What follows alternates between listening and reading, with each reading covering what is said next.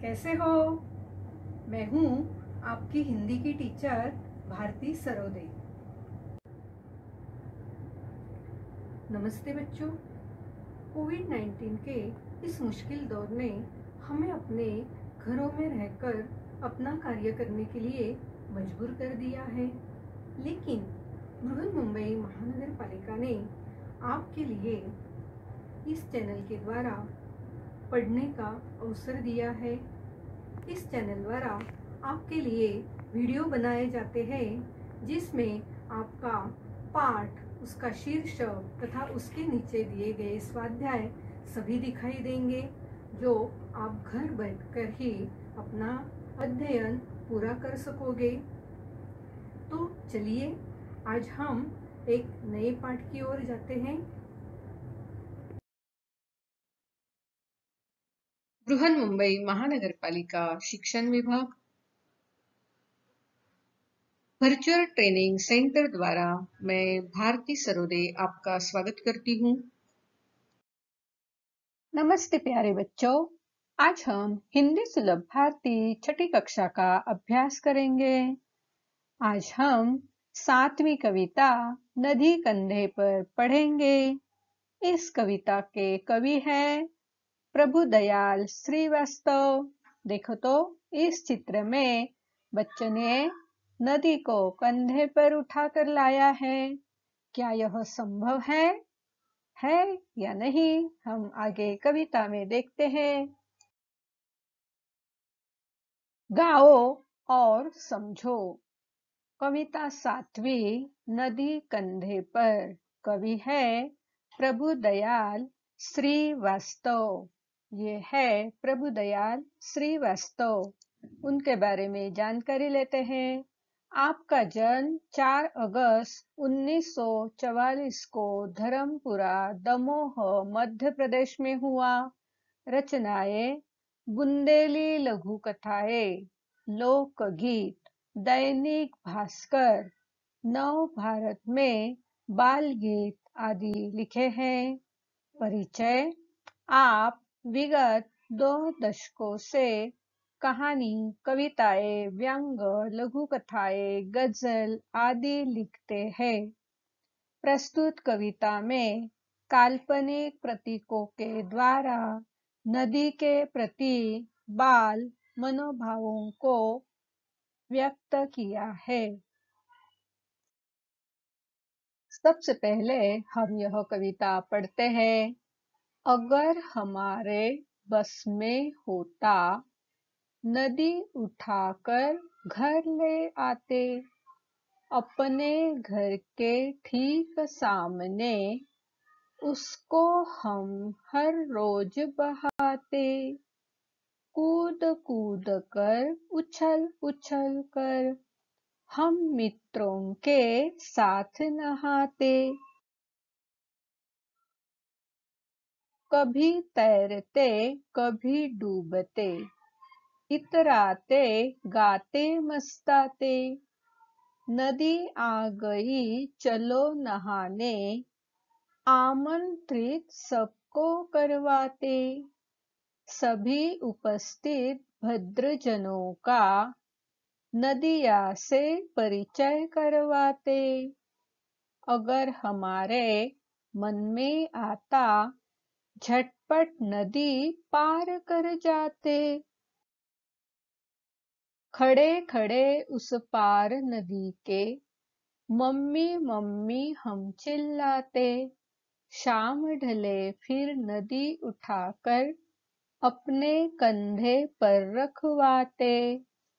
लाए जहां से थे हम उसको, जाकर उसे वही रख आते।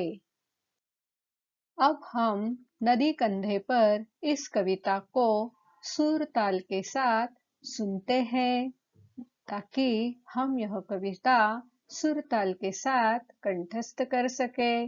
तो ध्यान से सुनना बच्चों। नदी कंधे पर।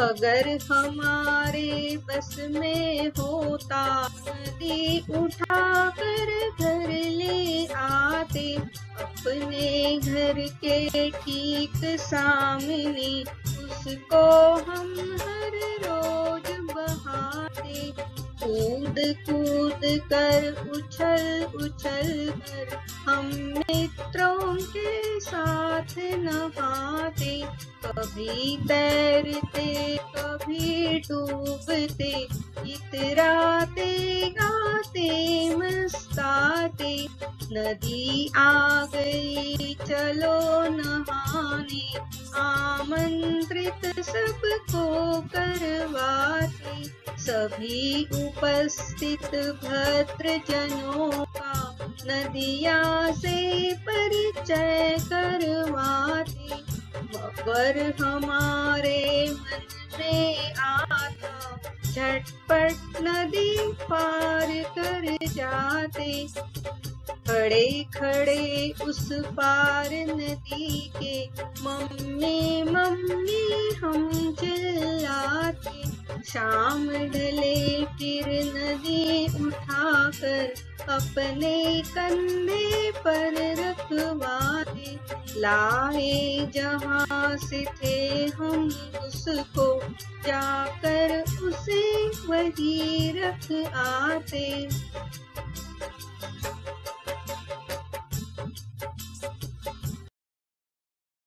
कवि ने यहाँ बच्चों की मन की बात को जाना है और ऐसी कल्पना की है कि इस नदी को कंधे पे उठा के बिल्कुल अपने घर के सामने इसे बहाएंगे।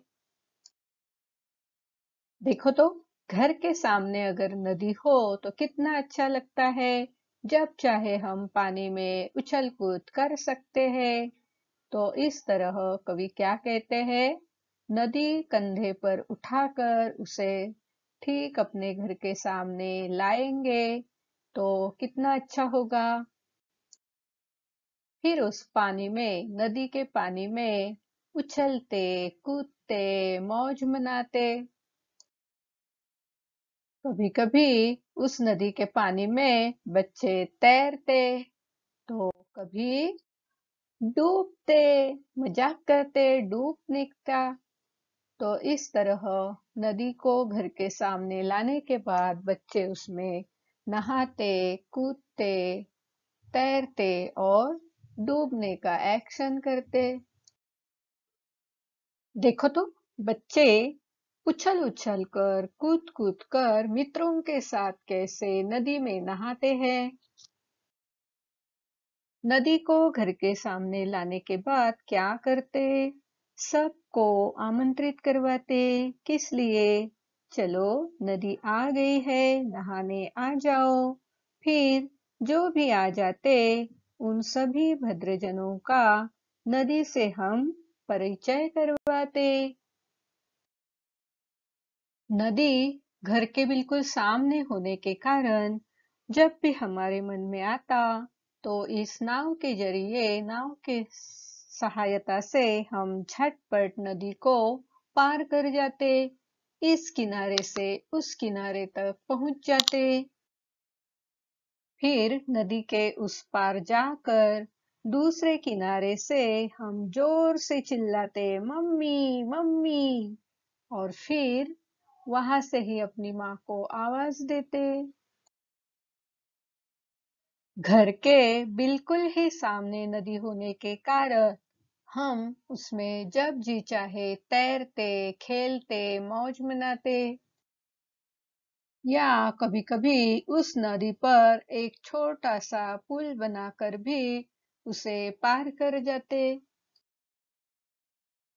लेकिन जब शाम ढले, यानी सायं हो जाए, शाम हो जाए, तो फिर उसी नदी को फिर से कंधे पर रखवाते और उसको जहां से लाए थे वही उसे फिर से रख आते।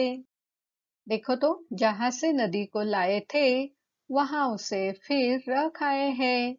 बच्चों, नदी को उठाकर अपने घर के सामने रखना यह मुमकिन बात, संभव बात नहीं है। लेकिन यहाँ कवि ने ऐसी कल्पना की है कि नदी को उठाकर अगर हम हमारे घर के सामने रख देते हैं तो दिन भर क्या क्या करते, नदी में कैसे मौज मनाते। इसलिए यह कवि की जो कल्पना है, इस कल्पना में कवि ने नदी को अपने घर के बिल्कुल सामने लाकर क्या क्या करेंगे यह बताया है। अब हम इस कविता का सारांश संक्षेप में लिखते हैं। कवि कहते हैं कि यदि हमारे बस में होता तो हम नदी को उठाकर घर ले आते और रोज उसे अपने घर के सामने बहाते। हम अपने मित्रों के साथ नदी में खूब उछलते कूदते और देर तक नहाते। कभी कभी देर तक नदी में तैरते तो कभी डुबकियां लगाते, कभी पानी के ऊपर आते, खूब मस्ती करते, गाने गाते, अपने सभी परिचितों को आमंत्रित करते और उनसे कहते कि नदी मेरे घर के पास आ गई है, सब लोग नहाने पानी में मौज मस्ती करने आ जाओ। जो लोग आएंगे उन सभी सज्जनों को नदी से परिचय करवाते। जब कभी हमारे मन में नदी पार करने का विचार आता तो हम तुरंत नदी पार कर लेते। तब हम नदी के दूसरी ओर खड़े होकर जोर जोर से माँ को आवाज लगाते, खूब चिल्लाते। जब शाम रात में बदलने लगती तो हम मित्रों की सहायता से नदी को फिर अपने कंधे पर रखवाते और वही उसे रख आते जहां से नदी को लाए थे। अब हम नदी कंधे पर इस कविता को सब मिलकर एक साथ गाते हैं। अगर हमारे बस में होता नदी उठा कर घर ले आते, अपने घर के ठीक सामने उसको हम हर रोज बहाते। कूद कूद कर उछल उछल कर हम मित्रों के साथ नहाते, कभी तैरते कभी डूबते, इतराते गाते मस्ताते। नदी आ गई चलो नहाने, आमंत्रित सबको करवाते। सभी उपस्थित भद्रजनों का नदिया से परिचय करवाते। अगर हमारे मन में आता झटपट नदी पार कर जाते, खड़े खड़े उस पार नदी के मम्मी मम्मी हम चिल्लाते। शाम ढले फिर नदी उठाकर अपने कंधे पर रखवाते। लाए जहां से थे हम उसको जाकर उसे वही रख आते। प्रश्न पहला, निम्नलिखित प्रश्नों के उत्तर एक एक वाक्य में लिखो। प्रश्न पहला, कवि की क्या कल्पना है? उत्तर, कवि की कल्पना है कि यदि हमारे वश में होता तो नदी को उठाकर हम अपने घर ले आते। प्रश्न दूसरा, कवि नदी को कहाँ बहाते? उत्तर, कवि नदी को अपने घर के सामने बहाते। प्रश्न तीसरा, नदी के पार खड़े होकर कवि क्या करते? उत्तर, नदी के पार खड़े होकर कवि मम्मी मम्मी चिल्लाते। चौथा प्रश्न, शाम ढलने पर कवि क्या करते? उत्तर, शाम ढलने पर कवि नदी को अपने कंधे पर रखवाते और जहां से उसे उठाकर लाए थे वही ले जाकर रखाते। प्रश्न दूसरा, जोड़ियां लगाओ।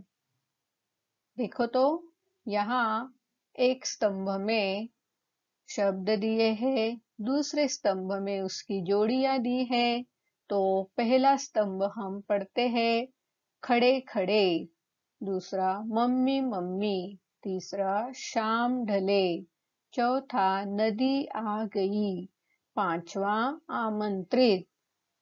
फिर उसकी जोड़ियों में देखो, क, फिर नदी उठाकर। ख, सबको करवाते। ग, हम चिल्लाते। घ, उस पार नदी के। ड, चलो नहाने। तो चलो एक एक करके अब हम इनकी जोड़ियां लगाते हैं। खड़े खड़े, क्या करते खड़े खड़े? बताओ। खड़े खड़े उस पार नदी के। मम्मी मम्मी, क्या करते? हम चिल्लाते। शाम ढले, शाम ढलने पर क्या करते? फिर नदी उठाकर ले जाते। नदी आ गई, चलो नहाने। आमंत्रित, हम सबको करवाते। तो इस तरह यह जोड़ियां लगाकर अपनी कॉपी में आपको लिखनी है। प्रश्न तीसरा, निम्नलिखित वाक्यों का उचित क्रम लगाओ। अ, सबको आमंत्रित करते। आ, मम्मी मम्मी हम चिल्लाते। ई, नदी उठाकर घर ले आते। ई, झटपट नदी पार कर जाते। ऊ, नदिया से परिचय करवाते। ऊ, शाम ढले फिर नदी उठाकर। ए, मित्रों के साथ नहाते। देखो बच्चों, यह कविता की जो पंक्तियां हैं उनके क्रम हमको ढूंढना है और कविता में सबसे पहले कौन सा वाक्य, कौन सी पंक्ति आई है, यह ढूंढकर इन वाक्यों को हमें उचित क्रम से एक के बाद एक लिखना है। चलो तो मन में एक बार कविता को पढ़ लो और इन वाक्यों का उचित क्रम लगाओ। उत्तर, वाक्यों का उचित क्रम इस तरह है। 1, नदी उठाकर घर ले आते। 2, मित्रों के साथ नहाते। 3, सबको आमंत्रित करते। 4, नदिया से परिचय करवाते। 5, झटपट नदी पार कर जाते। 6, मम्मी मम्मी हम चिल्लाते। 7, शाम ढले फिर नदी उठाकर। तो इस तरह हमने इसका उचित क्रम लगा लिया है। प्रश्न चौथा, कवि नदी उठाकर लाने की सोच रहे हैं। आप क्या क्या उठाकर लाना चाहोगे? देखो बच्चों, इस प्रश्न का उत्तर हर एक का अलग अलग होगा। हर एक अलग अलग चीज को उठाकर लाना चाहेगा। तो इस प्रश्न का उत्तर आप अपने मन से लिखना और जो चीज आप उठाकर लाओगे उसे लाने के बाद आप क्या क्या करोगे, यह भी जरूर बताना। प्रश्न पांचवा, सोचो और लिखो। अगर आपको पंख होते तो आप क्या क्या करते?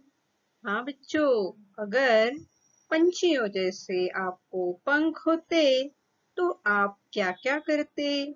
जरूर लिखना।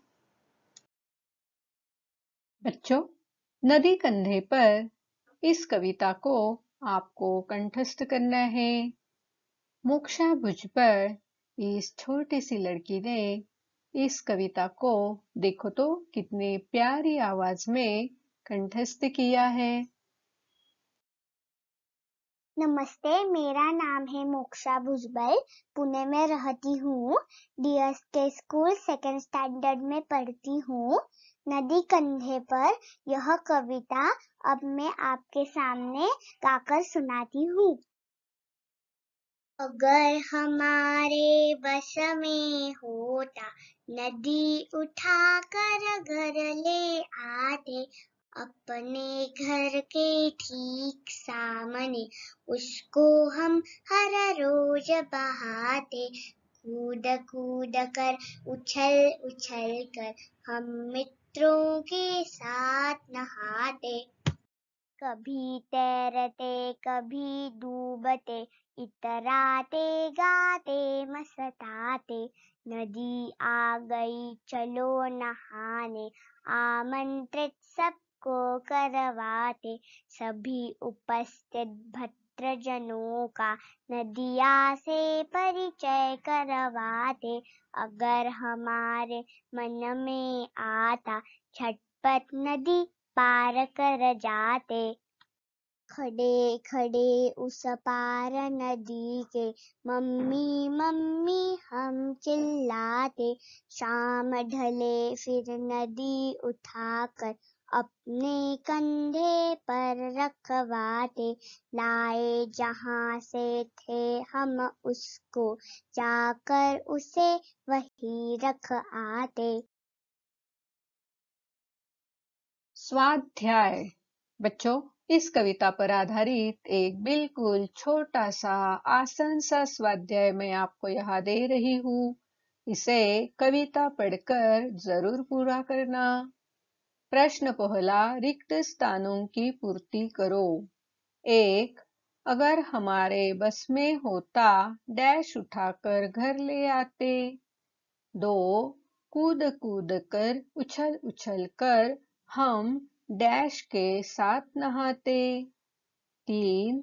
नदी आ गई चलो नहाने, डैश सबको करवाते। 4.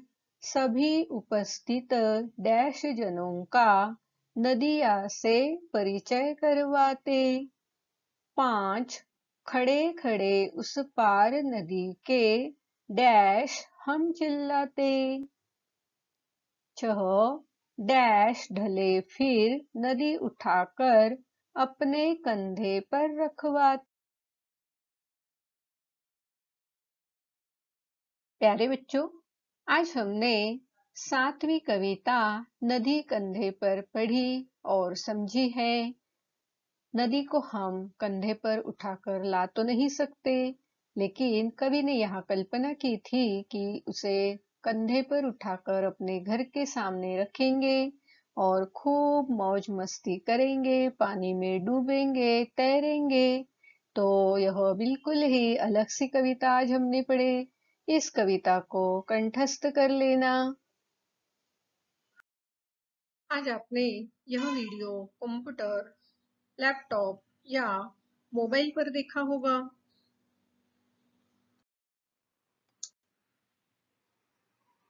वीडियो के नीचे आपको इस तरह का एरो दिखाई देगा। इस एरो को क्लिक करते ही आपके सामने डिस्क्रिप्शन बॉक्स खुल जाएगा। डिस्क्रिप्शन बॉक्स में आपकी कक्षा, विषय, घटक तथा शिक्षक का नाम होगा और साथ ही आपने जो वीडियो देखा है उस पर आधारित कुछ प्रश्न होंगे जिसके उत्तर आप अपने कॉपी में लिखना है। और हाँ, साथ में ही एक गूगल लिंक दी गई है। इस लिंक को क्लिक करके जो फॉर्म आएगा उसे आपको भरना है। इस तरह का गूगल फॉर्म आपके सामने खुल जाएगा जिसे क्लिक करके भरना है और अंत में यह जो सबमिट का बटन है उसे दबाना है। इस लिंक को क्लिक करके गूगल फॉर्म जरूर भरना। और हाँ, अगली बार वीडियो देखने के लिए छठी कक्षा का ये थंबनेल जरूर याद रखना।